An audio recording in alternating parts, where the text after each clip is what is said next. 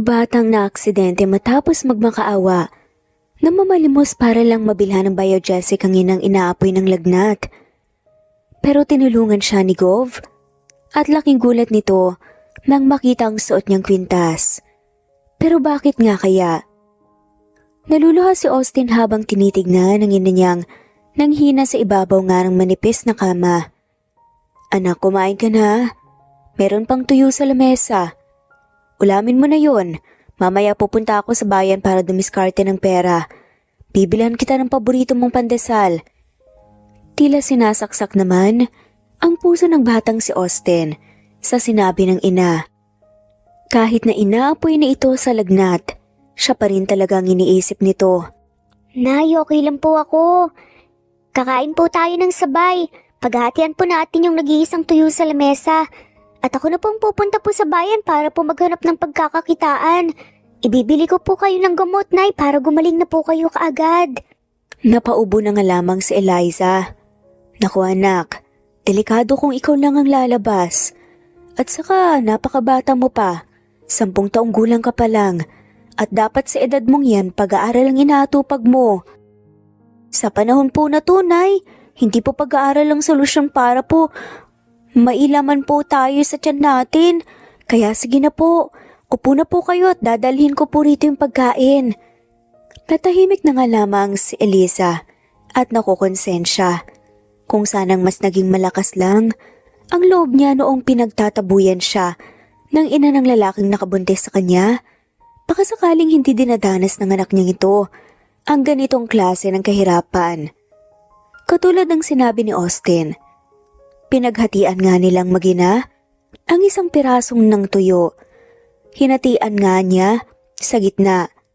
Ang bandang may ulo ng tuyo ay para sa kanyang ina at yung banda naman sa may buntot ay para sa kanya. Pagkatapos kumain, hinintay na nga lamang niyang makatulog si Eliza. Nang masigurado na nga niya yun, lumabas na siya sa tapal-tapal nilang maliit na bahay. At inilak yun, saka na nga siya nagpunta sa bayan kung saan siya mamamalimos. Oo, mamamalimos. Noon pa man sinubukan na nga niya na mag-apply sa mga karinderya sa palengke o kaya ay sa may grocery store o kaya sa may tindahan ng gulay o mga karne. Pero ni isa, walang gustong tumanggap sa kanya sa mga tindahan. At para sa mga to, isa lamang siyang batang loko-loko. Natatakasan nga sila ng pera, kaya wala siyang naging pamimilian kundi ang mamalimos na nga lamang. Ate, kahit piso lang po, bibili lang po ako ng biogesic po para kay nanay. Wika pa nga niya sa babaeng bumibili ng mais sa isang tindera. Naku iho, wala akong pere, saka na lang. Ani pa nga nito. Napayo ko na nga lamang si Austin at saka na malimos sa iba pang mamimili ng palengkeng yun.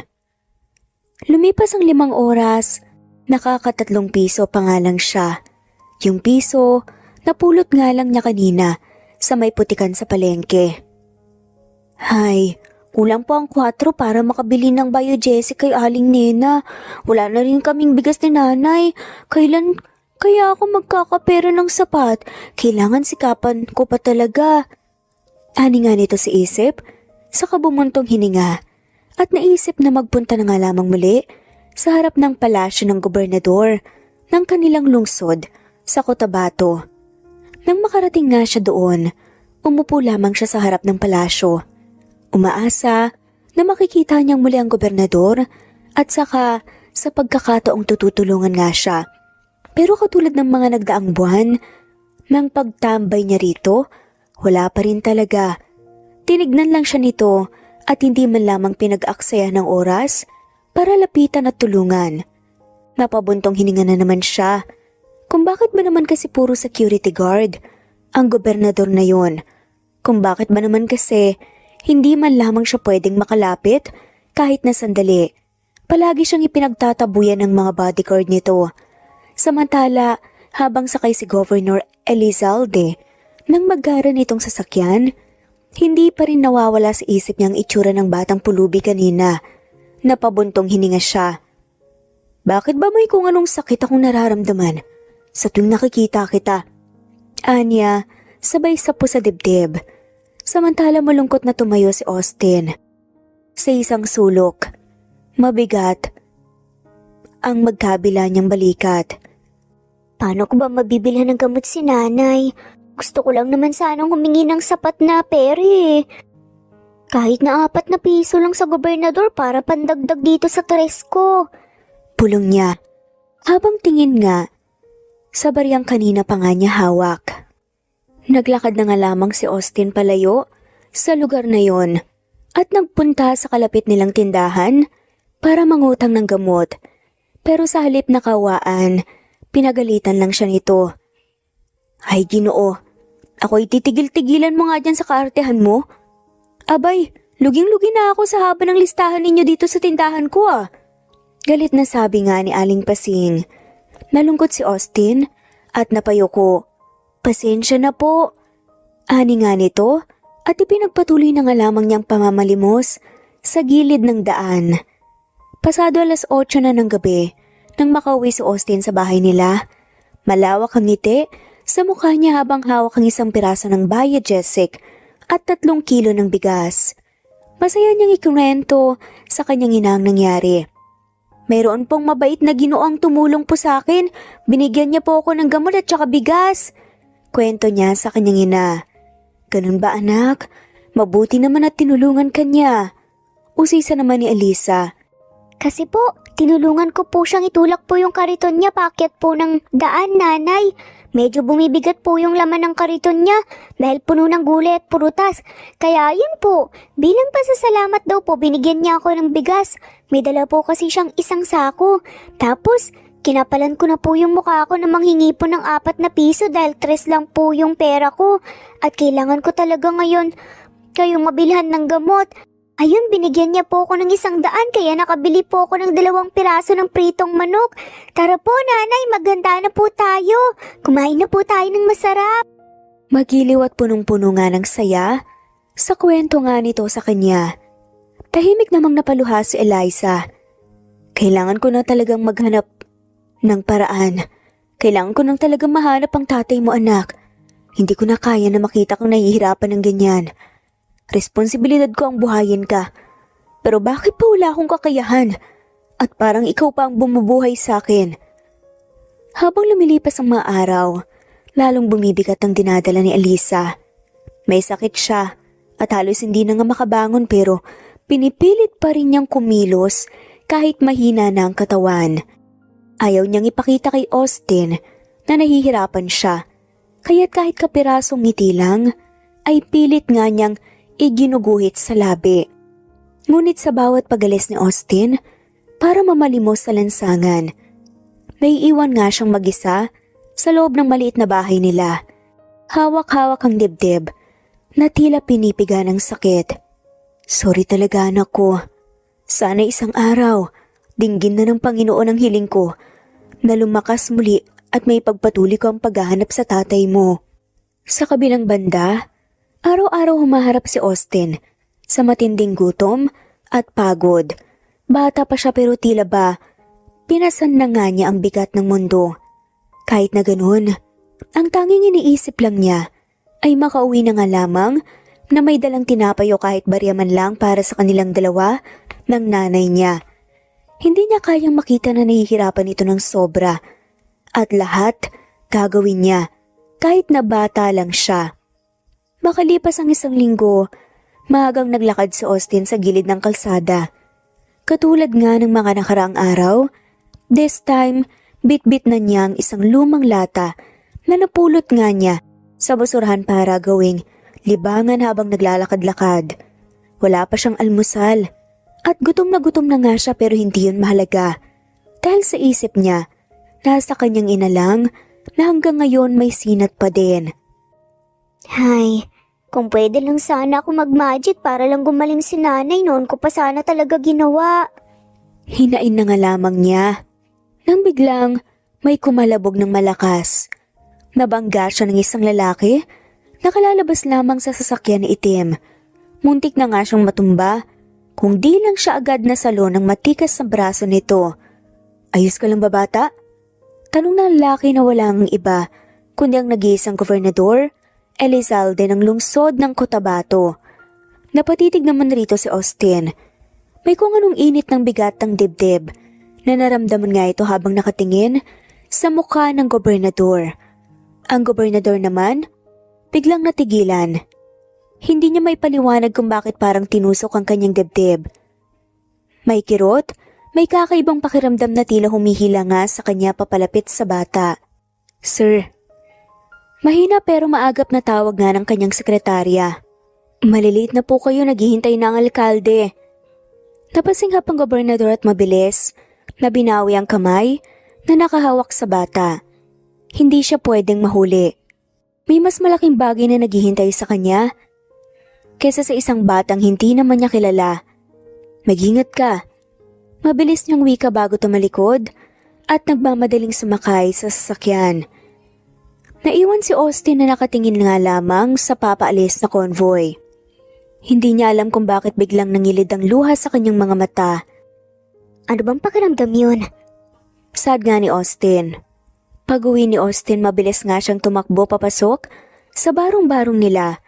Nakahiga ang kanyang nanay Eliza sa manipis na kama at agad siyang yumakap dito. Hi Nay, kamusta pong pakiramdam niyo?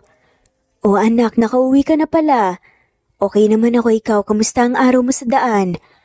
Okay na okay po, Nay. Sa totoo nga lang po ay may nakabangga ako kanina.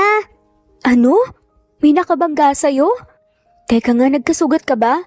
Gasgas, may masakit ba sa'yo? Tarantang tanong nga nito habang ini-inspeksyon ang buong katawan niya pati nga ang likod. Natawa na nga lamang si Austin. Wala po, Nay. Nagkabungguan lang po kami ng lalaki. Para nga pong ang yaman-yaman niya talaga, pero bakit po kaya ganun? Kahit sumobra na po siya sa yaman, bakit hindi pa rin po niya magawang tumulong sa kagaya ko?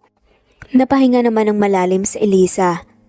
Kung sanang may magagawa nga lamang siya para hindi mahirapan ang ganito ang anak niya, matagal na talaga niyang ginawa. Pinilit na nga lamang niyang ngumiti habang hinahagod ang buhok ng kanyang anak.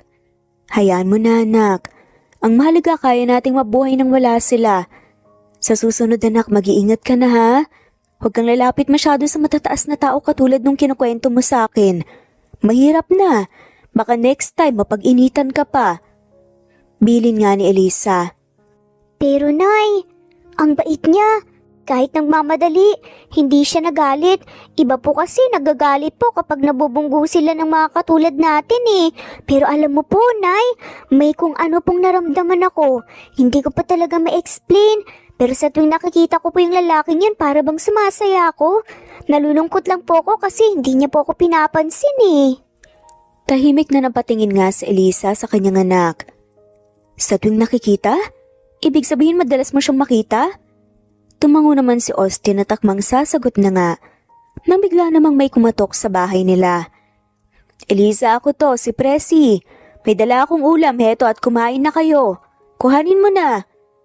Sa narinig ka po sumilay nga ang malawak ng ngiti sa kanilang mga labi. Agad-agad na tumayo si Eliza na sinundan naman ni Austin. Tinanggap nga nila ang ulam at masayang kumain. Ang sarap po talaga ng ulam ni Aling Presi, Nay. Kahit ang simpleng luto po niya, di tumatakas ang lasa, sobrang sarap po. Wika nga ni Austin at nagpatuloy nga sa masarap na pagkain. Isang hapon biglang bumuhos nga ang napakalakas na ulan, kaya't ang kanina ay maliwanag na nga na kalangitan. Ngayon ay napalitan nga ng kadiliman. Ang batang si Austin, tuloy na naglakad-lakad nga para sana dumiskarte ng ikabubuhay nilang mag-ina. Ngayon ay basang-basa na. Literal talagang mahirap kumita ng pera. Paano ba kasi ako magkakatrabaho? Bakit ba kasi walang gustong tumanggap sa akin? Masipag naman ako. Kahit mabigat na trabaho, kayang-kaya ko naman eh. Mahina niyang bulong sa sarili habang pilit na tinatakpan ng kanyang lumang t-shirt ang ulo para hindi tuluyang mabasa. Pero wala rin. Dahil ilang segundo pa lang ay nabasa na nga rin yun. Magtataka pa ba siya? Sobrang lakas nga kasi ng ulan. Napabuntong hininga siya at napahawak sa tiyan na kanina pa nga kumakalam.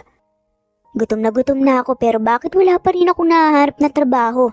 Kahit tagahakot lang ng panggatong. Wala naman kasi akong kinikita sa pamamalimos. Paano kami mabubuhay ng maayos ni nanay kung mamamalimos lang ako? Kakarampot lang naman dito tsaka kukuripot pa ng mga tao rito. Ani nga niya at muling bumuntong hininga ng malakas. Nagpatuloy siya sa paglalakad ngunit makalipas ang ilang minuto, bigla na nga siyang nakaramdam ng pagkahilo at unti-unting nagdilim ang buong paligid niya. Hindi na nga niya alam pa ang mga sumunod pang nangyari. Sakto namang sa mga oras na yon ay may dumaang sasakyan. Isang itim na SUV na may pulang plakang panggobyerno sa loob. Nakaupo nga ang gobernador kasamang driver nito. "Gov, may bata po sa gilid ng kalsada." Mabilis na sabi ng driver matapos mapansin si Austin na nakahandusay. Agad namang ibinaba ni Gobernador Elizalde ang hawak na dyaryo at sumilip sa bintana. Mabilis niyang nakita ang payat na katawan ng isang batang lalaki. Basang-basa nga sa ulan at tila nga walang malay. "Magmadali ka. Kuhanin mo ang batang yon at ipasok mo dito sa kotse. Hindi natin siya pwedeng iwan na lang basta-basta dyan. Baka kung anong mangyari sa kanya." Ani nga nito sa driver niya na punong-puno nga ng pag-aalala. Mabilis namang sumunod ang driver niya. At makalipas lamang ang ilang minuto, nakuha din kaagad nito ang bata at isinakay sa kotse kung saan nga siya nakaupo. "Gov, ito yata yung bata na palaging nakatambay sa harap ng bahay niyo eh." Wika pa nga ng driver habang tumutulo na nga rin ang lakas ng ulan. Tinitigan naman yun ni Gobernador Elizalde. Tama nga ang tinura ng driver niya. Siya nga. Naibulong niya at tila nawawala nga sa sarili ulit. Bigla siyang nakaramdam ng kung anong magulo sa isip at puso niya. "Sumakay ka na at umuwi na tayo. Kailangan niya ng mapalitan ng damit at baka lagnatin pa siya. Pagkagising niya saka na lang natin siya hahanapan ng mga magulang niya." Utos nga niya sa driver na muli nga ay mabilis naman niyang sinunod. Pagdating sa bahay ni Gov, kaagad na binuhat nga ng iba pang security guard ni Elizalde ang batang natagpuan nila na walang malay kanina. "Yaya ko ring!" Sigaw nga kaagad ng gobernador pagpasok niya sa pinto. "Yes, Gov?" Mabilis namang salubong at sagot nga ng katulong. "Yaya, pahirimin mo muna ako ng isang pares ng damit ng anak mong si Angelo. Pakihilamusan at saka pakibihisan na rin yung bata. Nakita namin siyang nakahandusay sa gilid ng daan na tolang malay. Pakibilis. Maganda ka na rin ng mainit na makakain ng batang yun. Pagising para mahimasmasan." Dire-diretsong utos nga ni Gov sa katulong. Napakurap-kurap na nga lamang sa gulat si Yaya ko ring at kaagad na nga lamang din ako milos kahit na medyo naguguluhan pa. Si Elizalde naman ay dumiretso na nga sa kanyang silid at doon naglinis nga ng katawan.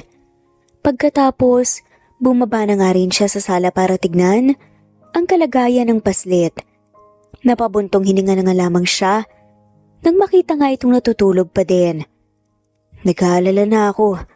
Patawag ang family doctor natin, Yaya ko ring, at mabilis na papuntahin siya rito. Baka kung ano nang nangyari sa batang to at hindi na nagising." Muling utos nga nito sa katulong na agad naman ding sumunod. Makalipas ang 10 minuto, dumating na nga rin ang doktor at kaagad na tinignan ang lagay ng paslit. "Okay naman po ang paghinga niya. Hindi naman siya maputla katulad ng sinabi niyo kanina. Sa tingin ko natutulog lang siya ngayon pero mukha siyang nangihina at napapagod. Siguro dahil sa gutom kaya nahimatay ang batang to. Kanina ko pa kasi napapansing nagva-vibrate ang tiyan niya." Mahabang litanya nga ng doktor. Napatingin naman doon si Gov at napatango-tango. "Nagva-vibrate nga yun. Yaya ko ring, maghanda ka ng masasarap na pagkain para sa batang to." Kaagad na utos nga ni Elizalde sa katulong. Sa hindi malamang dahilan ng gobernador, napakagaan ng loob niya sa bata. Para bang may kung anong kumukonekta sa kanya at sa bata. Ngayong nasa tabi nga lamang niya ito. Pakiramdam niya may kung anong nabubuo nga sa kanya na hindi niya maunawaan. Habang pinakatitigan ang mukha ng bata, bigla naman itong nagmulat ng mga mata. Bahagya nga siyang nagulat, ngunit napangiti na nga lamang nang biglang bumangon nga ito. Hala, nasan po ako? Sino po kayo? Gov? Sigaw nga nito nang makitang buong pagmumukha ni Gobernador ng kanilang lungsod. Yes, I am. Ako nga. Kamusta ka? Anong nararamdaman mo? Sunod-sunod na tanong nga ni Gobernador Elizalde. Napakurap-kurap na nga lamang si Austin sa halip na sumagot. Gov, kayo po ba talaga yan? Wait, baka po nananaginip lang ako. Anito't dalawang kamay nga na inkinuskos nga ang magkabila nitong mata. Hey, stop, baka madumihan ang mata mo. Ako nga to. So, anong nararamdaman mo? Masama bang pakiramdam mo? Tanong muli ni Gov sa kanya. Napailing na nga lamang si Austin. Ano po munang ginagawa ko rito? Paano po ako nakarating dito? Bahay niyo po ba to? Sunod-sunod na tanong ng cute na bata. Oo, pauwi na kami ng driver ko nang makita ka naming walang malay sa gilid ng kalsada. Kaya inuwi ka na muna namin dito. San ka ba nakatira? After mong kumain, ipapahatid kita sa inyo. Sa sitio maiksi po. Sa bungad lang po. O sige, halika muna sa kusina. Nakahanda ng food mo doon. Kumain ka muna para pag uwi mo mamaya matutulog ka na lang at busog ka na, okay? Napangiti naman si Austin. Ang inakala nga niyang madamot pero mabait na gobernador, mabait naman pala talaga. Sinamahan nga siya nito sa kusina at doon bumungad sa kanya ang napakarami at napakasarap na pagkain. Wow! Sa akin lang po ba ito lahat? Manghanga niya ang tanong sa gobernador. Yes, kung may gusto ka pa sabihin mo lang kay yaya ko ring. At kailangan ko na ring umakyat sa kwarto ko. May mga trabaho pa akong dapat tapusin. Seryosong saad nga ni Gov. Napatango na nga lamang si Austin at umakyat na sa mataas na upuan. Tinignan niya ang lahat ng pagkain pero naalala niya ang kanyang ina. Ang pakyat na nga na si Gobernador Elizalde ay natigilan sa paglalakad palayo nang tawagin siya nito. Gov? Nilingon niya ang bata at saka ngumiti. Yes, ano yun? Gov, masarap po sanang kumain dito dahil napakaganda po ng bahay niyo. Pero kung hindi niyo po ipagkakagalit, pwede ko po bang ibalot na lang po ito at saka iuwi po sa amin? Para sabay po kaming makakain ng nanay ko. Sigurado po kasi ako gutom na po yun eh. At nag-aalala na rin po siya kasi gabi na po masyado. Malungkot na sabi nga nito. Sabay lunok nga ng laway. Punong-puno ng kaba ang puso niya pero para sa nanay niya, lulunukin niya lahat ng kahihiyan na pwede nga niyang maranasan. Okay, sure. No problem. Pero teka, gusto ko lang sanang malaman muna kung bakit. Anong oras na? Nasa daan ka pa rin. Kasi po naghahanap po ako ng trabaho eh. Pag-open up na nga ng batang si Austin. Trabaho? Sa edad mo na yan? Mukha ka palang 10 years old eh. Opo, tama po kayo ng hula. 10 na po ako at kailangan ko pong magtrabaho para po mabuhay kami ni nanay. Gusto ko din po kasing ipa-check up yung nanay ko dahil palagi pong masama ang pakiramdam niya tsak nangihina po eh. Kaya ako na lang po ang tumidiskarte para makakain po kami at maulam din po yung mga kailangan po namin. Naantig naman ang puso ni Gov at lumapit nga sa bata. Umupo siya sa silya katabi nga nito. Tuyo? Tumango nga si Austin. Kaya ka ba palaging nasa harapan ng bahay ko kasi gusto mong tulungan kita? Tanong nga muli ni Elizalde. Nahihiya namang tumango si Austin habang matinding na kayo ko. Opo, pasensya na po ah. Wala naman po akong balak na masama sa inyo eh. Nagbabaka sakali lang po kasi ako na mapansin niyo po ako tsaka matulungan. Kahit po taga-igib lang po ng tubig o taga-damo po ng mga halaman niyo. Kahit po 50 lang po ang ipasahod niyo po sa akin araw-araw, okay lang po. Malaking tulong na po yun para po makabili ako ng kalahating kilo ng bigas araw-araw at makabili po ng 2 piraso ng tuyo at 1 noodle sa tindahan. Hindi po ako nangihingi ng sobra, kahit sapat lang po para po hindi po kami magutom lalo na po yung nanay ko. Parang awa niyo na po, Gov. Baka po matulungan niyo po ako. Halos maluhalo ang pagmamakawa pa nga ng paslit kay Gov at hinawakan pa nga nitong magkabila niyang kamay. Tila dosel-dosel ng mga kutsilyo naman ang paulit-ulit na tumarak nga sa puso ni Elizalde. Dahil doon hindi siya nagdalawang isip. Sige, bukas ang umaga bumalik ka dito at ikaw ang maglilinis ng garden ni Mama sa harap. Kailangan ko lang ng 5 oras na serbisyo mo sa araw-araw at pasasahurin kita ng 500 per day. At kapag natapos mo, nang mas maagang trabaho mo sundin mo na lang ang mga iutos ni Yaya. Hanggang sa mapuno mo ang 5 oras. Sapat naman na siguro yon para makaipon ka na rin. Pampacheck up mo sa nanay mo. Napatulala nga si Austin at ang luha nga sa kanyang mga mata. Bigla na nga lamang bumagsak ng tuloy-tuloy. Totoo po ba to, Gov? O nananaginip lang po ako? Please po, pakisampal po ako, Gov. Baka po kasi panaginip lang to eh. Umiyak nga natura ng bata. Napangiti naman si Gov sa hinawakan ng magkabilang kamay ni Austin. Willing akong tulungan ka, lalo na't nakikita kong determinado ka sa buhay. Mabait at masipag. Sige na, tumayo ka na dyan at magpunas ng luha. Yaya ko ring, pakisupot na lang po lahat ng pagkain. Mang Carding, pakihatid po ang batang ito sa bahay nila. Pero sandali, ano nga ulit ang pangalan mo? Baliktingin nga niya sa batang kausap niya. Austin po! Ani pa nga nito na nagbigay nga ng ngiti sa kanya. Nice to meet you, Austin. See you tomorrow on your first day. Bati pa nga nito at tinapik pa nga ang balikat niya. Pagkatapos ay tumalikod na nga at tumungo nga sa hagdan upang makabalik na nga sa kanilang silid. Si Austin naman na pa-sign of the cross at mahigpit na nagpinagsiklop ang kanyang mga kamay. Lord, maraming salamat po talaga.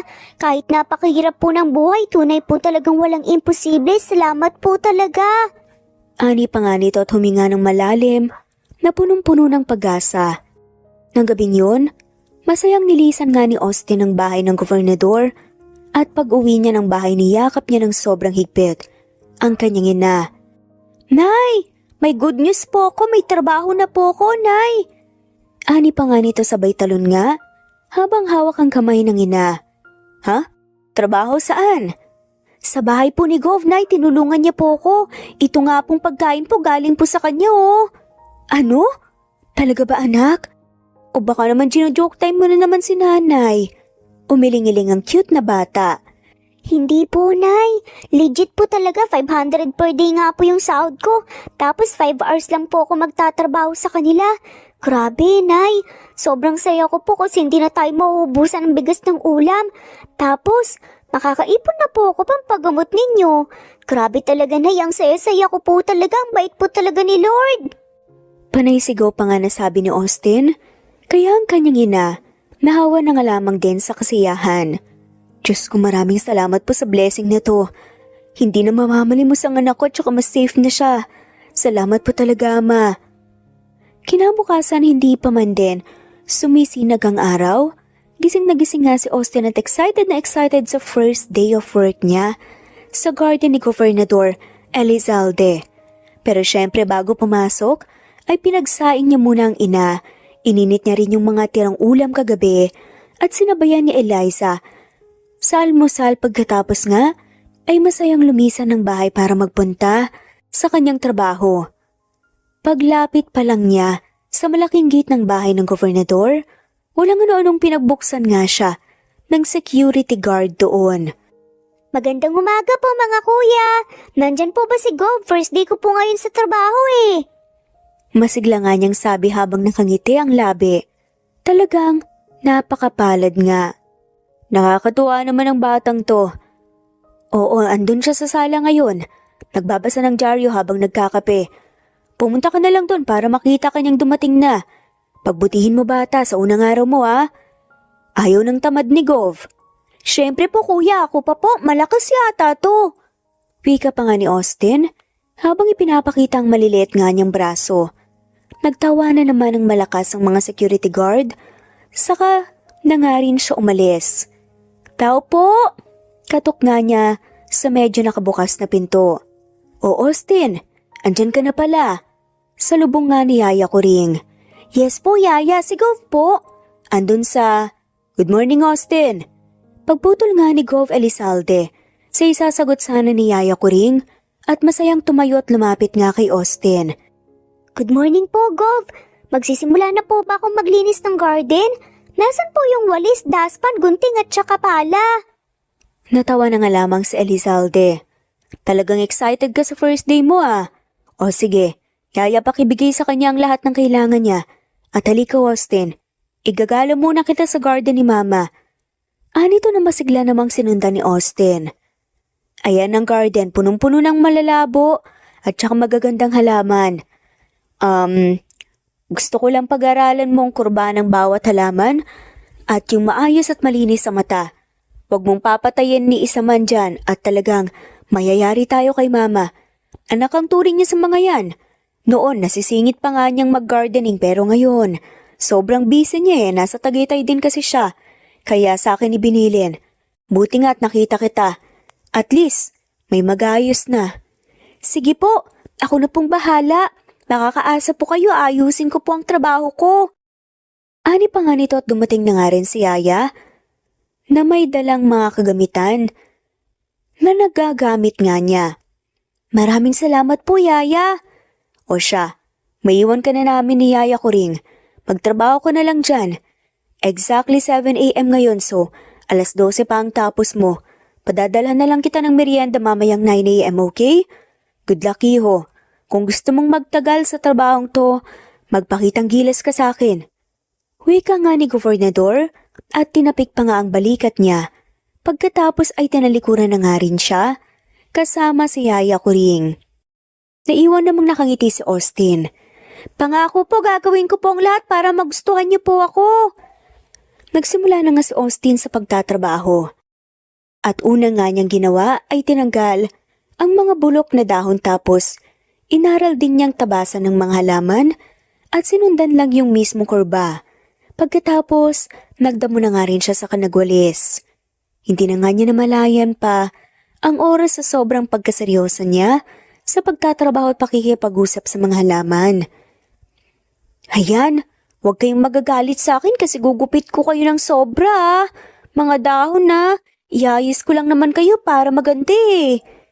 Ani pa nga nito at nagbabakla-baklaan pa nga sa harap ng mga halaman. Tawa tuloy siya ng tawa kahit siya lang ang mag-isa. Samantala si Gobernador Elizalde, tahimik naman siyang pinapanood sa veranda ng kanyang bahay. Habang humihigop ng kape, kasabay noon ang matamis na pagngiti nga para bang nagkakaroon ng siglang bahay niya. Ngayong nakikita nga siya ni Austin, hindi niya malaman bakit pa parang ang saya-saya ng puso niya habang tinitignan niya ang bata. Para bang ang gaan-gaan ng pakiramdam niya. Lumipas pang mahigit nga 1 oras, nagulat na nga lamang si Austin nang may dalang pagkain si Yaya Kuring. O Austin, magmerienda ka na muna, teka. Ang bilis mong nangitim ah. Sandali kukuha kita ng sombrero. Nagmamadaling wika pa nga nito. Napangiti naman si Austin at hindi tumanggi sa grasya. Umupo siya sa Bermuda grass at saka na nga sinimula ng pagkain. Pagdating ni Yaya, o heto Austin, naku, nangitim ka kaagad. Naku, wala pong problema, Yaya. Sanay na po akong umitim. Tara po, upo po kayo at sabay po tayong kumain. Hindi ko po mauubos tong hinanda niyo po, ang dami po eh. Masigla pa nga ring sabi ni Austin habang puno ang bibig. O sige na nga, sino ba naman ako para tumanggi? Ako naman ang gumawa niyan, gutom na nga rin ako eh. Sagot naman ng matanda at sabay pa nga silang natawa. Samantalang muling sumilip nga sa verandang Gobernador at natawa na nga lamang siyang makita na nagtatawanan sina Yaya Kuring habang nakasalampak sa Bermuda grass at kumakain. Nag-cheers pa nga ang mga to ng mga baso ng juice nila. Ibang klase talaga tong batang to. Napakabait niya. Napakasipag pa. Natapos ang buong oras ng pagtatrabaho nga ni Austin. Kahit na 5 oras lang, ay malaki ang inilinis nga ng garden at maganda din ang pagkakakurban niya sa mga halaman. Dahil doon natuwa nga si Gov at binigay nga kaagad ang sahod niya para sa araw na to. At sinabi nga na bukas naman ay pagpapatuloy pa. Si Austin tuloy, tumatalon sa saya na umuwi sa bahay nila. Dala-dala ang 500 pesos na ibinayad nga ng gobernador. Ipinakita niya yun sa kanyang ina at tila nanalo nga sa loto sa saya. Tara po, Nay! Labas po tayo, bili tayo ng bigas at gustong ulam niyo. Tara po, siguradong mabubusog naman po ako sa sarap po ng iluluto niyo eh. Ani pa nga nito at pinaghahalikan pa nga ang buong mukha ng kanyang ina.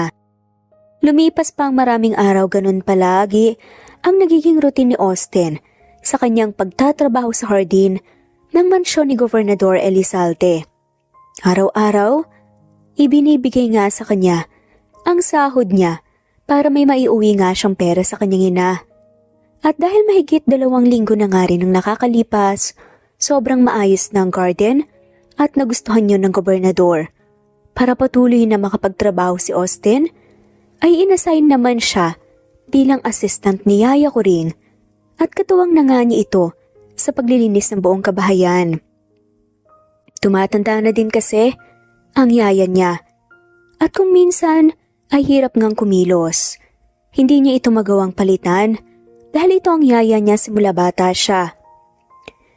Yaya, naku, ako na po maglalampaso. Sasakit lang po ang likod siya kabalakang niyo. Ako na po dito, kayang-kaya ko na po to. Wika pa nga ni Austin habang inaagaw nga sa matandang mop. Naku, salamat Austin na.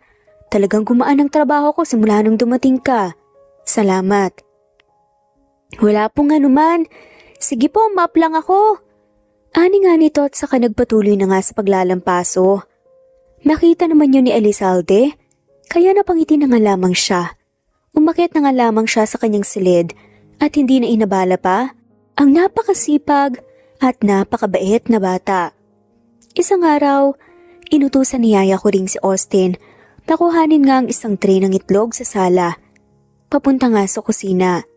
Mabilis namang sinunod yun ng bata at habang naglalakad hindi napansin ni Austin ang basang sahig na may sabon na pinagpatungan nga niya kanina ng mop at dahil doon nadulas nga si Austin at nauna ang ulo sa matigas na tiles. Gumawa siya ng malakas na kalabog na ikinatakbo naman kaagad ni Yaya Coring. Nang makita niya si Austin nakahandusay na nga ito sa sahig. Walang malay at may tumatagas nga na dugo sa tiles mula sa ulo ng bata. Yung mga itlog, nagsibasagan na nga rin sa semento. Diyos ko, Austin! Gov, tulong! Si Austin nabagok! Sigaw niya at natataranta na nga lamang na pinuntahan ng gobernador sa taas at ang iba pang security guard na kasama nila. Nang malaman niya ng gobernador, ang kausap niya sa telepono, nababa nga niya nang wala sa oras at tumatakbong bumaba upang puntahan si Austin na ngayon ay tila marami ng dugo ang umagos sa puting tiles. Diyos ko, security! Ihanda ang sasakyan ngayon na! Sigaw nga niya at saka nga pinasok sa sasakyan si Austin at siya na nga ang nagmaneho ng sasakyan. Habang itinatakbo nga niyang bata sa ospital, tinawagan niya na nga rin ang driver na iwan at sinabing sunduin ang ina ni Austin at dalhin sa ospital. Nang makarating sa ospital, agad na sinugod nga si Austin sa emergency room at kaagad ngang inaksyonan ng 3 doktor na kinuha niya at mga nurse. Habang naghihintay sa labas, panay ang lakad pa roon at parito ni Elizalde. Kamusta na kaya si Austin? Bakit pa kasi siya nadulas? Inis niyang tanong nga sa sarili, sa sobrang pag-aalala. Maya-maya pa ay biglang lumabas ang nurse mula sa ER. Gov, nakita po namin tong kwintas sa bata. Hinubad po muna namin para ma-check po siya ng maayos. Bawal po kasi ang accessories dun eh. Anito at iniabot na nga kay Gov ang gintong kwintas. Nagpatiuna nga si Elizalde. Napatulala nga siya doon. Biglang kumalabog ng mabilis ang puso niya. Itong kwintas. Teka, bakit nasa kanya to? Nauutal pa nga niyang tanong sa sarili. At makalipas ang ilang sandali, isang babaeng umiiyak at tumatakbo ng mabilis ang biglang bumungad papunta sa kinaroroonan niya. Ang anak ko, Austin? Austin? Sigaw nga ng babaeng tila nagpahinto nga sa pag-ikot ng mundo ni Elizalde. Eliza? Ang anak ko. Nasaan ang anak ko? Anak? Nandito na si nanay. Nasaan ka na, anak? Umiiyak na nga na sigaw nga ng babae na parang mababaliw na. Ngunit ang mga nurse na dumaan nilalalayan lamang siya upang pakalmahin. Si Governor Elizalde naman ay hanggang ngayon, tulala pa rin at tila tinakasan ng kaluluwa. Ilang sandali pa, biglang lumabas ang isa sa mga doktor na kinuha nga ni Elizalde. Kayo po bang nanay ni Austin? Tanong nga ng doktor. Opo, Dok. Ako nga po, kamusta po ang anak ko? Kamusta po siya? Okay na po ba siya, Dok? Actually, naging malala po ang pagkakabagok ni Austin. Nag 50-50 din po siya honestly kanina. Dahil nagkaroon ng maliit na crack ang bungo ng pasyente pero as of now, we are still monitoring. Kahit papaano stable naman po ang vital signs niya. Tatapatin ko na po kayo. Kailangan po mag-undergo ng anak nyo sa iba't ibang test para malaman namin kung may namuo ba o mamumuong dugo sa ulo niya.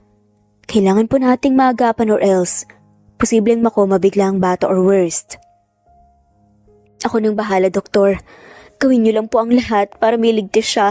Ngayon na, siguraduhin niyo pong walang mangyayaring masama kay Austin. Naghala lang sigaw nga ng gobernador na ngayon ay mahigpit pa nga ang pagkakahawak sa kwintas na hawak niya.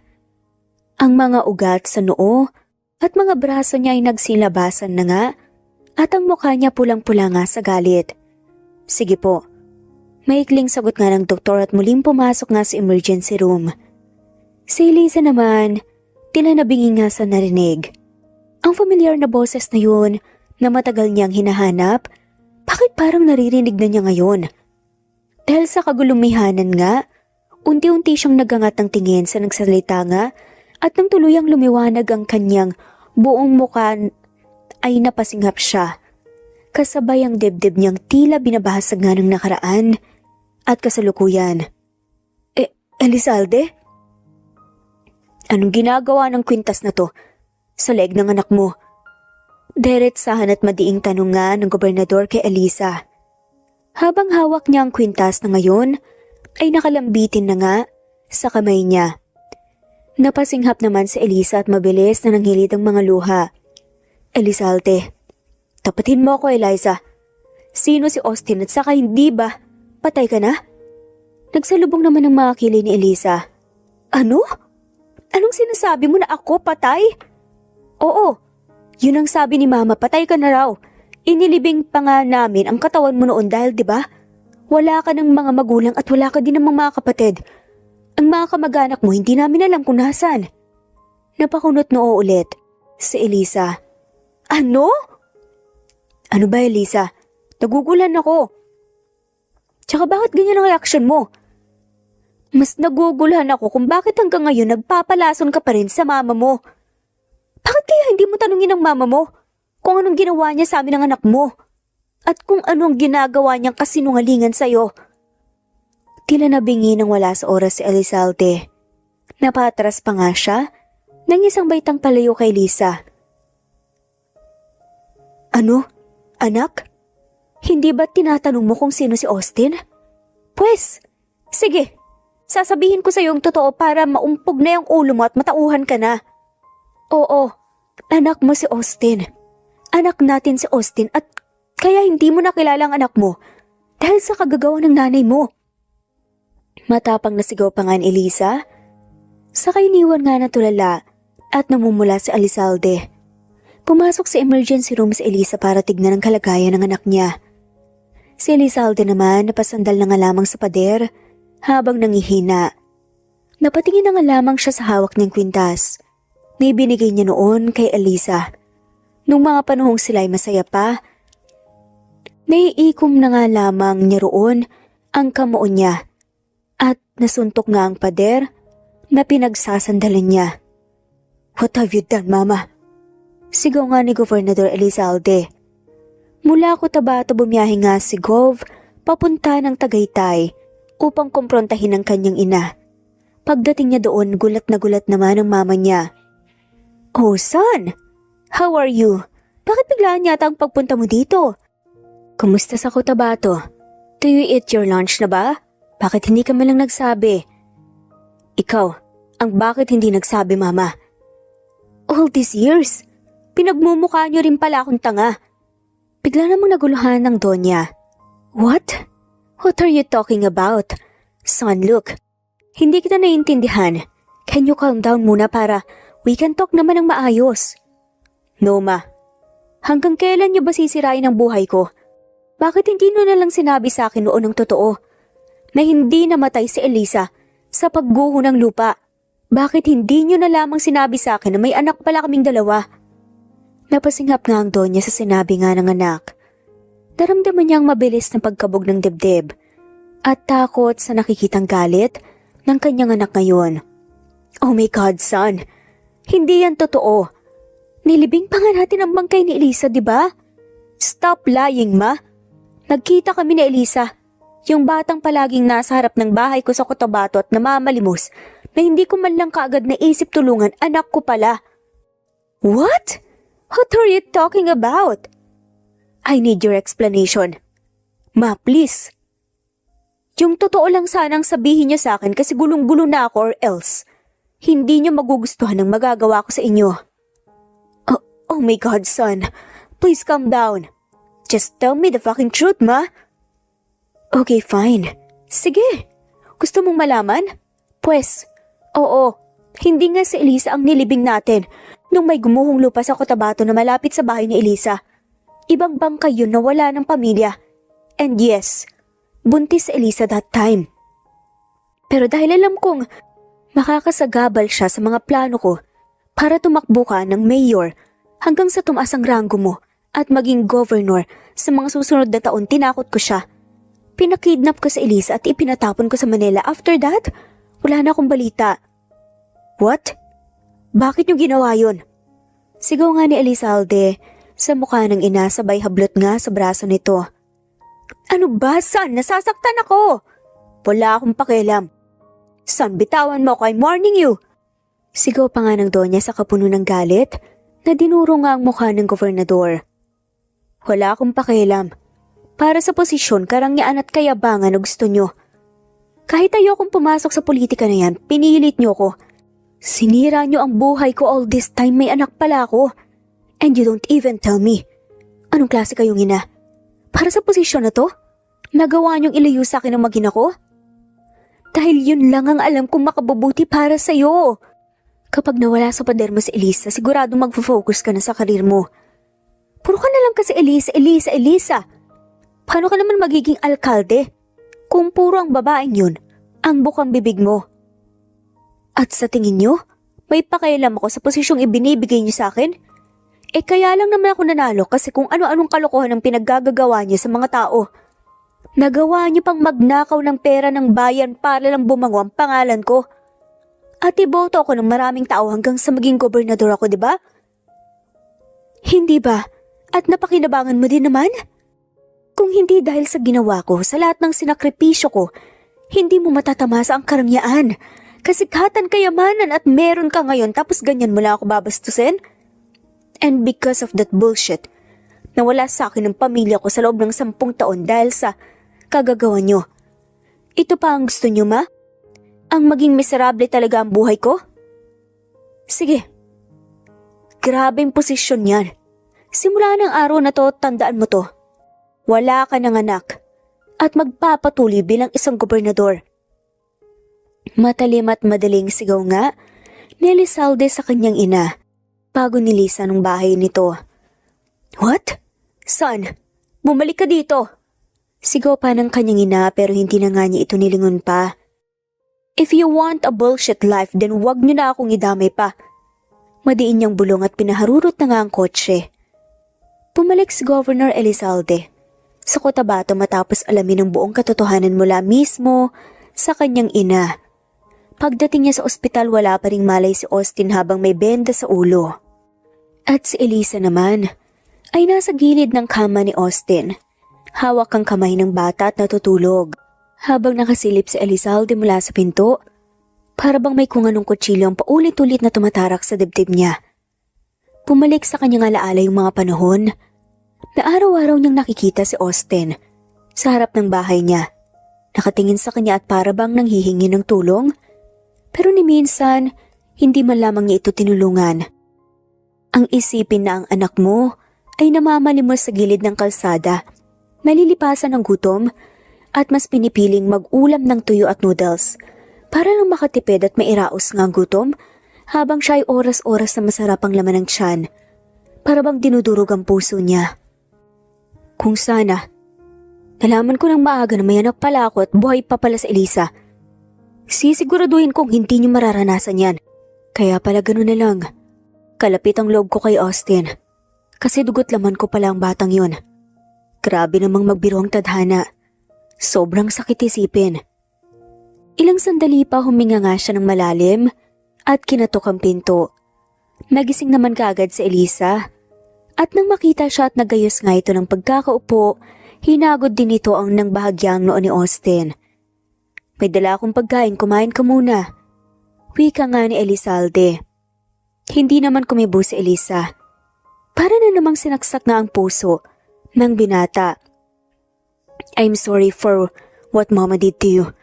Hindi ko alam, Elisa. At kung alam ko lang talaga, hindi ko ahayaan na may mangyari sa'yo at sa anak natin na hindi maganda. I'm sorry. Hindi pa rin nagsalita si Elisa. Masyadong mabilis ang mga pangyayari. Patawarin mo ko. Muling saad ni Gov. Elizalde. Tama na, Governor Elizalde. Nakangisi at sarkastiko namang wika ni Elisa. Sabay lingon nga kay Elizalde. Masaya na siguro ang mama mo kasi naging governor ka. Tama naman ang ginawa niya kasi kung nasa poder mo pa rin ako, baka nga hindi ka naging gobernador ngayon. Elisa, pagkatapos niya akong ipakidnap at ipatapon sa lungsod ng Manila, akala ko katapusan ko na. Mabuti na lang talaga may naipon nila ka sa akin. Medyo natatawa pero sarkastikong wika nito. Na ginawa kong lakas para magpatuloy. May isang matandang kumupop sa akin at siyang tumulong para makapanganak ako. Kahit sa hilot lang. Kaso after 2 years binawian din siya ng buhay. Since sampid lang naman kami ng anak ko sa bahay niya, nagsimula kaming maging palaboy-laboy sa daan dahil wala akong kakilala sa Manila. Hanggang isang matanda na taga Cotabato ang tumulong sa amin para makarating kami dito. Gusto kong bumalik dito at mahanap ka. Gusto kong manghingi ng sustento sa'yo para lang mabuhay ang anak ko. Ayokong danasin niya hanggang pagtanda yung pagiging palaboy namin sa kalsada. Hindi niya deserve yun. And here we are now. Siya pa talaga ang nakahanap sa'yo. Ang tagal ka na pala niyang hinahanap. Pero dahil may sakit ako, hindi ko nalaman. Hindi ko alam na palagi siyang tumatambay sa harap ng bahay niyo. Hindi ko alam na ikaw pala ang nagbigay sa kanya ng trabaho. Dahil mali ko ba kung naging gobernador ka talaga o baka alkalde lang? Elisa, I'm very sorry sa mga nangyari. Kung alam ko lang talaga. Hayaan mo na. Gusto ko mang magalit sa'yo pero ang anak ko ang iniisip ko ngayon. Baka mamatay na rin ako kapag hindi siya nakaligtas. Hindi ko kakayanin ni Elizalde. Kung kinaya ko na wala ka sa 10 taon na hindi tayo magkasama pero ang mawala ang anak natin, hindi ko kakayanin. Hindi. Hindi ako papayag. Hindi yan mangyayari. Lahat ng kailangang test, laboratories, treatment, o kung kailangan ba siyang operahan, ipapagawa ko. This time kahit sa oras lang na to, maging tatay at asawa ko sa'yo. Hindi ko kayo pababayaan. Hindi ko kaya. Sad pa nga nito. Lumaban ka para sa anak nating dalawa. Pakiusap muli ni Elizalde habang hinahawakan ng kamay ni Elisa. Gustong-gusto kong magalit sa'yo kasi wala kang ginawa para alamin ang totoo. Gustong-gusto kitang kamuhian lalo na ang nanay mo. Pero ang Austin ko, hindi ko kaya. Elizalde, mamamatay ako kapag namatay ang anak ko. Anito sabay tingin nga sa mga mata ng gobernador na puno ng takot at pag-aalala. Magtiwala ka, hindi yun mangyayari. Anito at sa kaniyakap nga si Elisa. Dahil sa desperasyon ni Governor Elizalde, ipinagawa niya ang lahat ng lab test at mga treatments na kailangan. Umubos ng mahigit 300,000 si Austin bago ito nagising. at unti-unting nakarecover. Kaya ganun na nga lamang pasasalamat nilang lahat nang magkamalay ito. Diyos ko anak, magkamalay ka rin. Umiiyak na sabi ni Elisa. Nang unti-unti ay nagmulat nga ng mga mata si Austin. Elizalde, gising na anak. Gising na si Austin ko. Siguro ito para tawagin nga ang atensyon ng gobernador na may kausap nga sa kanyang telepono. Talaga? Tila nabuhayang tanong naman ito pabalik. Wait, I'll call you back na lang. Gising na raw ang anak ko. Ani pa nga nito sa kausap niya sa kabilang linya. Nang biglang, Mama? Nahihirapang wika naman ni Austin lalo, tuloy na luha sa Elisa. Oo anak, ako nga, kamusta ang pakiramdam mo? May masakit pa ba sa'yo? Ang ulo mo masakit pa ba? Dahan-dahan namang umiling si Austin. Austin, tawag naman ni Gov sa kanyang anak. Nilingon naman siya ni Austin at nagulat. Hala, Gov, sorry po. Balik na po ako sa trabaho ko, Mama. Siya po yung boss ko, si Gobernador Elizalde po. Nasaan po ba tayo? Uuwi na po tayo, Mama. Kailangan ko pong tulungan po si Yaya ko ring. Aray! Napahawak nga nang wala sa oras si Austin sa kanyang ulo. Austin, wag mong alalahanin ng trabaho. Magpahinga ka na lang. Tsaka na yon. Pero wala po kaming kakainin na nanay kapag hindi pa po ako kumilos. Anak, kalma ka na. Okay lang, okay na. Magpagaling ka na anak. Pakiusap. Saad naman ni Elisa. Tatahimik na nga lamang si Austin. Hinintay na nga lamang muna nila na makarecover ng tuluyan si Austin bago nila sinabi dito ang buong katotohanan. Ano po? Tatay ko po siya? Si Gov? Halos lumuwa nga ang mata ni Austin nang marinig yun sa kanyang ina. Kasalukuyan silang laman ngayon ng isang napakagandang bahay. Nasananta ng buhay nga ni Austin. Ngayon lang niya nakita. At ito pong bahay na to, bahay natin? Teka lang po, Mama. Kayo ko ata tong nabagok eh. Ma, sabihin niyo na po sa akin ng totoo. Wala naman pong sira sa ulo niyo, di ba? Naku, baka nauntog lang din po kayo, Mama. Magpa-ospital na din po kayo, gaya ko. Bigla ay nag-aalalang wika pa nga nito sabay tayo at tinignan pa ang bunbuna ng ina. At Governor Elizalde habang nakaupo sa isang malambot na sofa. Nandito kasi sila ngayon sa ipinundar na bahay ni Elizalde. 3 years ago, nilaan niya ito para kapag mag-aasawa na talaga siya at bibitiw sa pwesto, meron na kaagad siyang bahay na matitirhan. Anak, ano ka ba? Hindi ako nabago ka. Di ba hinahanap mo ang tatay mo? Ayan na siya, nasa harap mo na. Lalong nagulhon nga si Austin, saka tinignan nga si Governor Elizalde. Si nanay talaga, hilig magpatawa. Pasensya na po kayo dito, Gova, mukhang gutom lang si nanay. Ako itong nabagok at na ospital pero si nanay yata ang nagkadiperensya eh. Kamot ulong sabi pa nga nito. Ano ba Austin? Huwag piloso po, hindi nga sabi eh. Siya talaga ang tatay mo. Okay lang, Elisa. Huwag mo siyang pilitin. Maniwala kung hindi pa nga siya handa. Basta, simula sa araw na to, hindi na kayo titira pa sa lansangan. Dito na kayo titira. Hindi na kayo babalik doon sa ginawa ninyong bahay sa bakanteng lote malapit sa bayan. Dito, mas komportable. Paano po bang nangyari na kayo po ang tatay ko? Tanungan ni Austin sa binata pagkatapos na magsalita. Tila nga nakatulala pa nga ito. Mahabang kwento, anak. Sa tingin ko, sa edad mo na yan, hindi mo lubusang mauunawaan ang sasabihin namin. Sagot pa nga ni Elisa. Pero gusto ko pong malaman, kung siya nga po ang tatay ko, bakit bigla na lang po siyang nawala? Bakit hindi niyo po ako pinanindigan? Bakit niyo po kami iniwan tsaka pinabayaan at hindi po hinanap? Dahil nga sa kagustuhan ni Austin na malaman ng lahat, unti-unting ipinaliwanag ni na Governor Elizalde Talisa ang buong katotohanan. Nagugulhan man siya noong una, pero isa lang ang naging malinaw sa isip niya. Kung ganun, may tatay pala talaga siya. Sabay namang naluluha nga na tumango si Elizalde Talisa. Pero si Austin, Biglang, yay! Meron na rin akong happy family sa wakas! magmula ng araw na yon ay nagsimula na ang pinakamasasayang araw sa buhay ni Austin. Ang akala niya noon na hindi na siya magkakaroon ng ama, ngayon ay nasa harapan na niya. Hindi na rin niya kailangang mamalimos sa kalsada o magtrabaho dahil gobernador ang tatay niya. Bukod doon may business pa itong coffee shop. Kung dati ay nakatira lang sila sa tapal-tapal na bahay, ngayon ay napakaganda ng bahay nila. May tiles at kisame pa. At ang matagal nang pinapangarap ni Austin na makapag-aral, ngayon ay tutuparin na ng kaniyang ama. Hindi lang sa isang ordinaryong paaralan, kundi sa private school pa. Ang puso tuloy ni Eliza, gustong umiyak sa saya. Noong una, ay gusto niyang magkimkim ng galit kay Elizalde, pero nakikita niyang hindi nito ginusto ang lahat.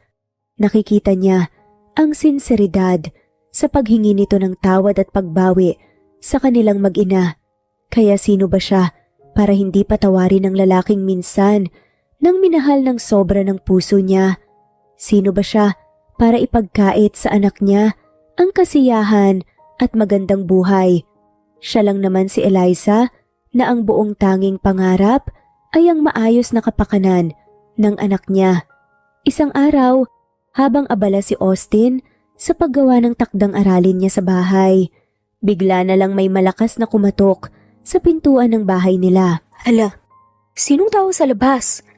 Pulangan ni Austin, ngunit mabilis na lumapit nga sa pinto ang nanay niyang si Eliza para tignan kung sino yon. Ibinalik na nga lamang muna muli ni Austin ang atensyon niya sa pagkukulay. Sino yon? Hindi pa nga ipinagpatuloy pa ni Eliza ang pagsasalita nang bumungad sa kanya ang galit na mukha ni Donya. Ang Donya na sumira nga sa pagsasama nila noon na Elizalde. Ang Donya na naging dahilan ng lahat ng paghihirap na naranasan nilang mag-ina sa Manila. Hanggang sa makabalik nga dito sa Cotabato. Ano pong ginagawa niyo dito? Ikaw ang dapat kong tanungin kung anong ginagawa mo sa pamamahay ng anak ko. Sad nga nito. Medyo kalmado pa pero may diin. Sabi ng anong ginagawa mo dito? Sabay duro na nga dito at sampal sa pisngi niya.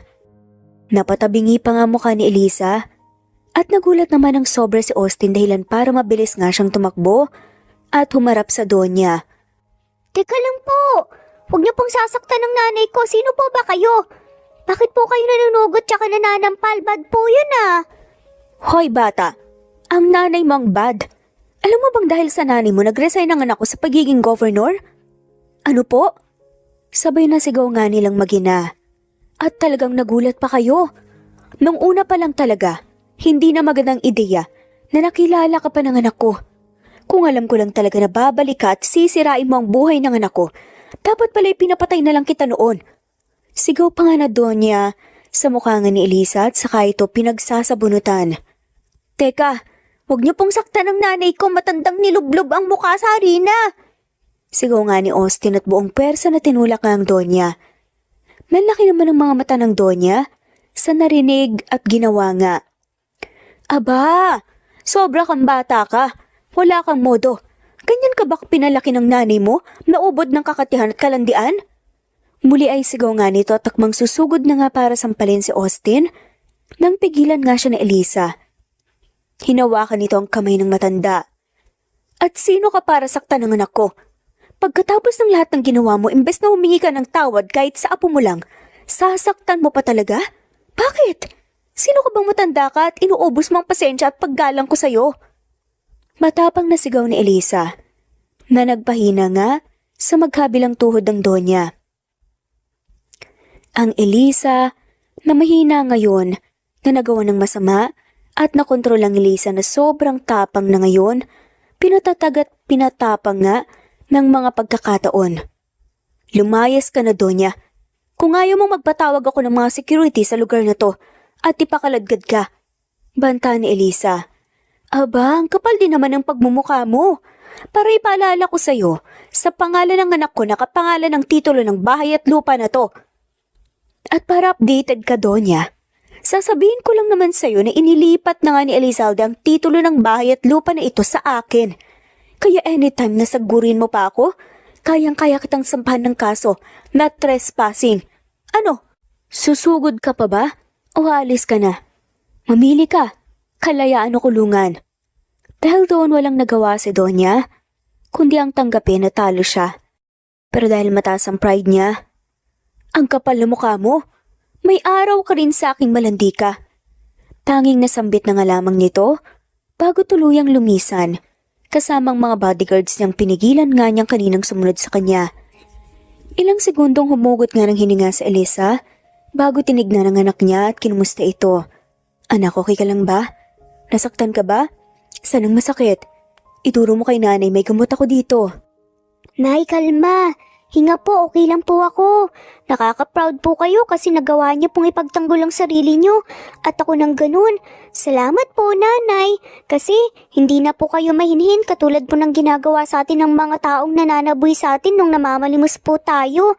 Salamat sa pagtatanggol, nanay. Ang tapang niyo po. Anito at mahigpit nga siyang niyakap. Napahinga naman ang maluwag at nangingilid ang mga luha ng niyakap nga ang kanyang anak. Mahal na mahal ka ni nanay, anak. Hinding-hindi nahahayaan ng nanay na masaktan ka pa ng kahit na sino. Makalipas ang ilang linggo, sa wakas dumating na nga rin ang mga papeles na napasan na nga sa pangalan ni Elisa ang titulo ng bahay at lupa. Sure ka ba talagang ipapangalan mo sa akin to? Sa akin kasi, okay lang naman hindi. Nung sumugod dito kasi ang mama mo, bigla ko na lang naisip yung napag-usapan natin noon last night. Wala na kasi akong choice noon eh. Sorry ah.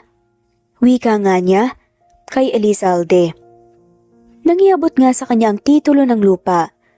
Tatawa na nga lamang ang lalaki. Ano ka ba? Siyempre ayos na ayos lang. Goods nga ang ginawa mo eh. At least this time, ipinaglaban mo na ang sarili mo, ang karapatan mo, at ang anak natin. Sa karegalo ko sa inyo ni Austin yan.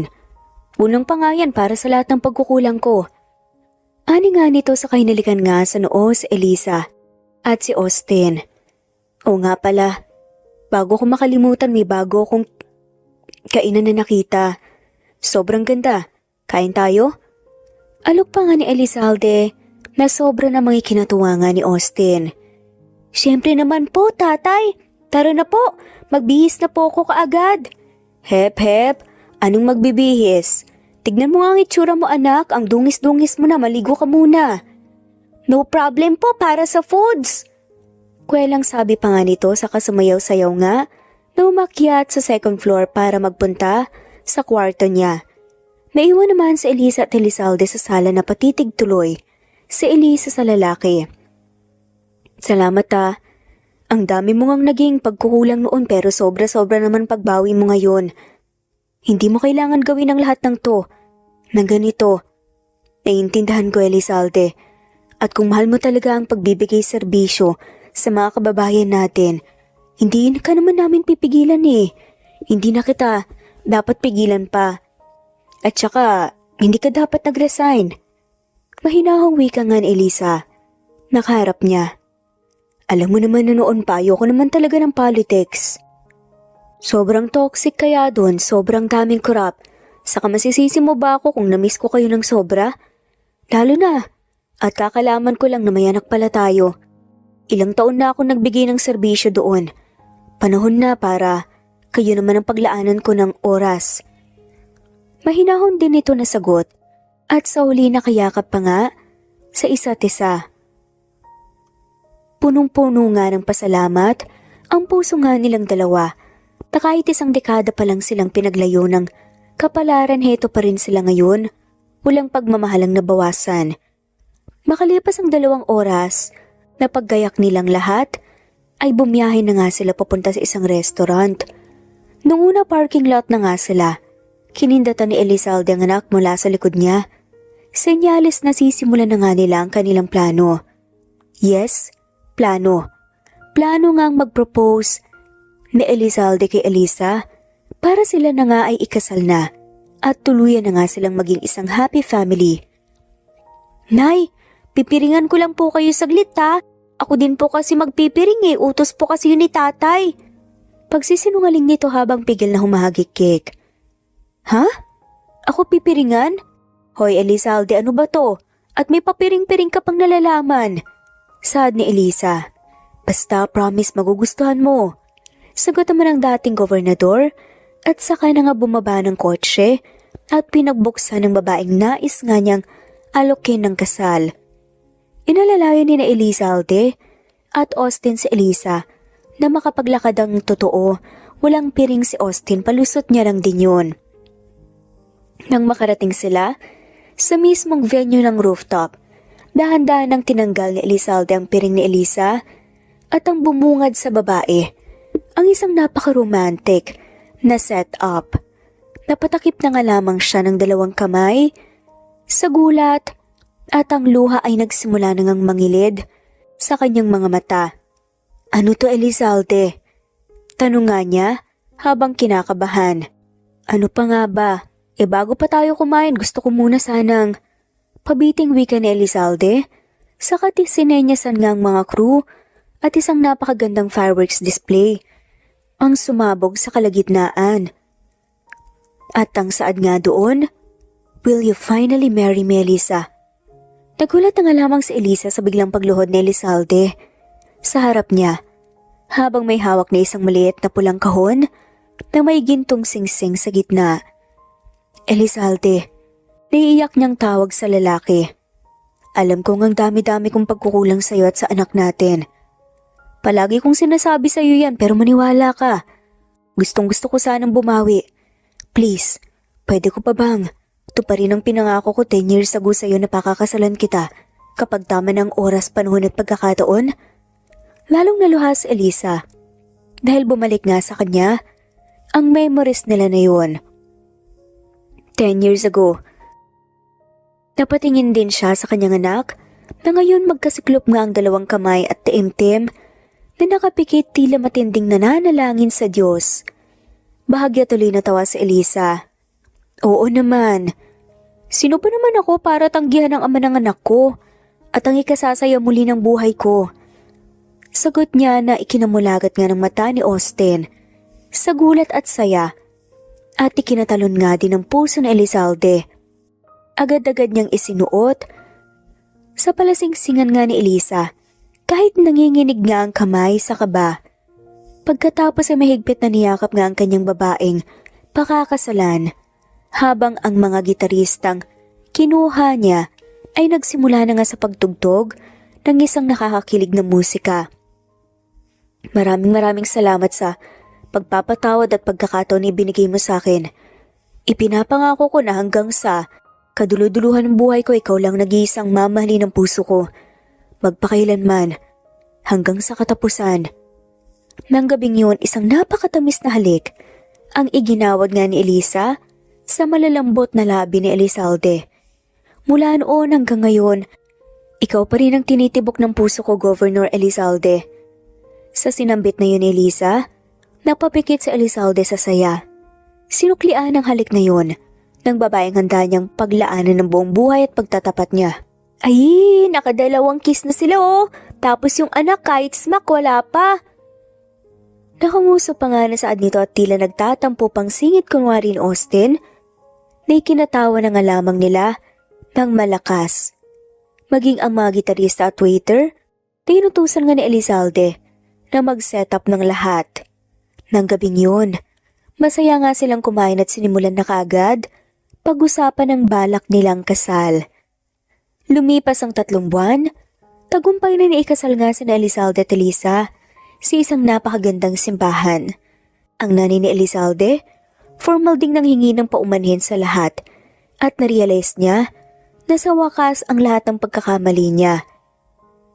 At syempre hindi rin naging madali sa kanya na mapatawad. Sabi pa nga niya, kahit anong gagawin ko para lang paglayuin kayong dalawa, kayo't kayo pa rin pala ang endgame. Natawa na nga lamang ang bagong kasal at pinatawad nga si Donya makalipas ang ilang taon. Anila, wala nang puwang ang galit sa puso dahil masayang masaya na nga sila. At muli silang pinagbuklod ng Panginoon.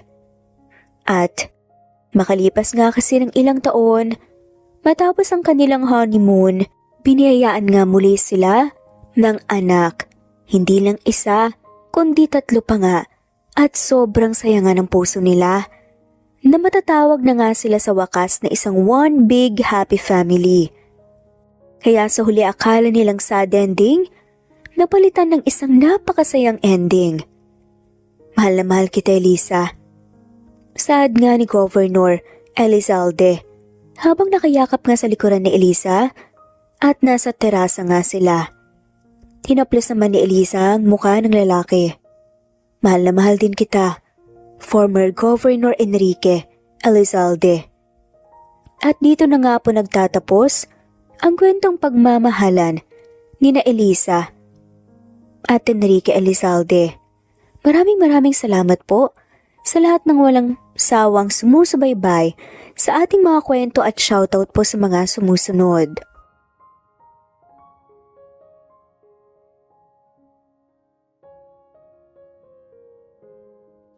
Presbyteros Rose, Maria Evangelista, Eli Evangelista Anderson, Marisa de los Reyes of Saudi Arabia, Conchita Alos Rage, Ana Flor Saico, Christian Fidelino, Judith Castro, Beth Sardina, Jelly Tampos, Fatma Mansul, Senenor Zame, Flor Cabrera of Santa Rosa, Laguna, Liliano Bebe, Ostonalito Elvi Candontol, Ellie, Romana Gorospe, Marilyn Sasaki of Japan, Flordet, Elizabeth, Tena, Rad TV of Hong Kong, Jean the Best of UK, Nizar Sams, Annie Hoson, Ellie Bitasolo, Marilyn San Jose, Imelda Fortes of Calamba City, Violeta Irgarin of Kamsur, Flordet, Jessica Vargas, Jingjing, Rosa Franca Abelian of Cebu, Wendy Goth of Japan, Teresita Schmid, Theodora Gamit, Rebecca Tezuka of Japan, Nori, Baylin, Margie Angon of Maragondon, Batang Ibunan, Marilu Gulmatico, Leda Dapito, Geraldine Ana Victoria Linley of Macau, Marites Nitura, Reynante Salamania, Pasita Eliazar, Jingjing Nazareno, Gina Monge, Rosemary Vasquez, Mercy Villantes, Freda Reyes, Teresita Loida Gabas, Christian Fidelino, Ellie, Wilma Dargantes, Teresita de los Santos, Teodora Gamit, Rosemary, Romana, Leonisa, Kidim, Jean Debes, Eddie Codillian of Winnipeg, Canada, Flor, Ellie, Emily, Elila, Merlin, Leonisa Azotes, M. Season Vlog, Princess Rocker, Emma Gura, Flora Pasita Eliazar of Ontario, Canada, Eli Bitasolo of Milan, Italy, Carmencita Falcon, Rayland Pudadera, Marilu Gulmatico, Imelda, Liliano, Senen, Fatma Mansul, Teodora Gamit, Mercy, Evangeline Zamora, Chabidal, Kinciano Obas, Charlene Cartilla, Sofia Moore, Dumlao of Santiago City, Andrea Taga, Teodoro Rolyuki, Ligaya Calvo, Maria Teresa Rosendo Corpin, Ida Rojas, Stephanie Arroyo, Kidim, Bonifacio Quinzon, D. Naitan Canada, Erlenda Heronda of Matanao, Davao del Sur, Leonila Perea of Concepcion, Cavite, Elsa Opiane, Presbyteros Fe Navares, Ederlina Albiso, Lorna Ayman, Rosemary Vasquez, Leonisa Azotes, Irish de la Peña, Marilyn San Jose, Eli Bitasolo, Senen, Catherine Lacinario, Ronilio, Marisa de los Reyes, Eddie Codillian of Canada, Jean De Bes of UK, Teresita, Rebecca Tezuka of Kawasaki, Flora Fesparung of Batangas City, Ruby Corazon Riera, Elvi Candontol, Nathan, Canada, Wilma Dargantes, Annie Hoson,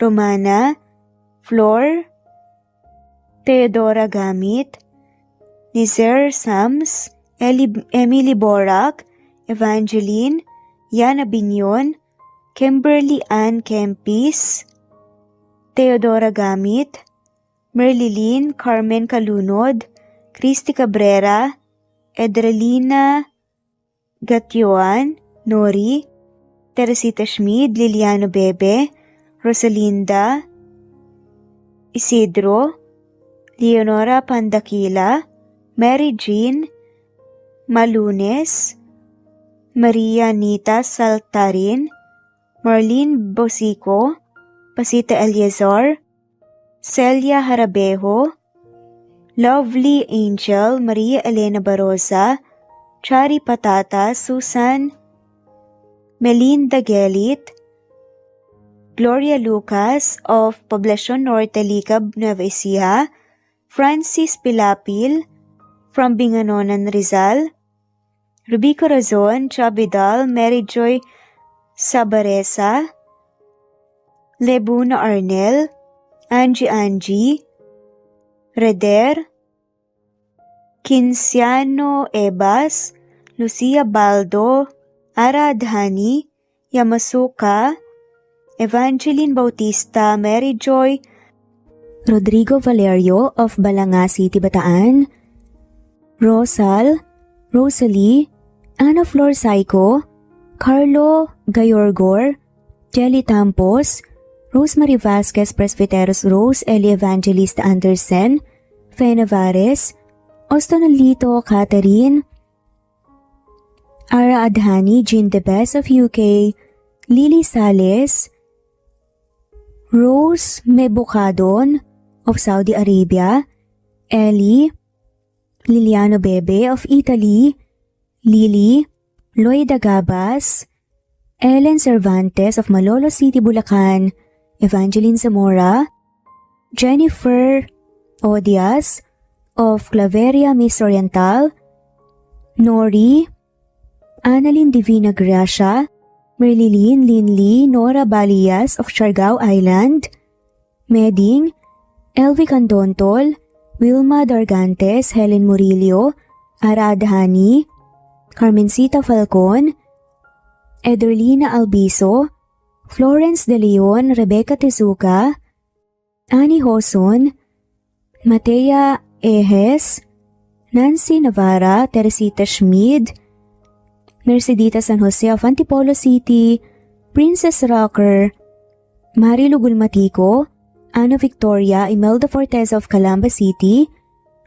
Jan Lulete, Batang Ibunan, Pinay, Elsa Kimura, Fatima, Eli Ramirez of Caloocan, Liliano, Saida, Flordet, Helen Murillo, Jelly Tampos, Senen Orzame, Elaila, Leonisa Azotes of Bacolod City, Pasita Eliazar, Romana Gorospe, Flor Cabrera of Laguna, Carmencita Falcon, Ronilio, Conchita Alcos, Rosemary Vasquez, Eli Bitasolo of Milan, Italy, Marilyn San Jose, Fe Navares, Annie Hoson, Evangeline Zamora, Imelda Taay, Charlene Cartilia, Julieta Hermosura, Elvi Candontol, Teresita Schmid, Marilyn Sasaki, Christina, Jessica Vargas, Christian Fidelino, Marie Cristal Hilario, Elsa Opiane, Princess Rocker of Riyadh, KSA, Marisa de los Reyes, Merlilyn, Juliet Panlilio, Daisy Blaza, Susan of France, Mercy Villantes, Renalyn Obenza, Wilma Dargantes, Not Green Fox, Carmelita Mendoza, Marilyn Babula, Berry, Liliano Bebe, Presbyteros Rose, Medel Talon, Jane, Lani Pardillo, Marlene Kayanan, Leonisa Azotes, D. Marie Ramos, Araceli Lilio Saria, Miras Channel, Raquel Epe, Gina Trutor, Jane Hartley, Sunshine Sotalbo, Maricel Cabigon, Merlin Baroza, Gina Marayo, Merlin Rodel Obejero, Hans, Cecilia Comoda, Taha ni Vlog, Merlin, Kuya Atok, Maria Merly Brogada, Marilu Cabantac, Filipina, Eileen, Mercedita San Jose, Lovina Galang, Lilian, Teresita de Jesus, Monina Aviles, Yula Pedrona, Romana Gorospe, Rosemary Vasquez, Marley Lazaraga, Leonisa Azotes, Jocelyn Tancinco, Estelita Mahia, Ding Lege,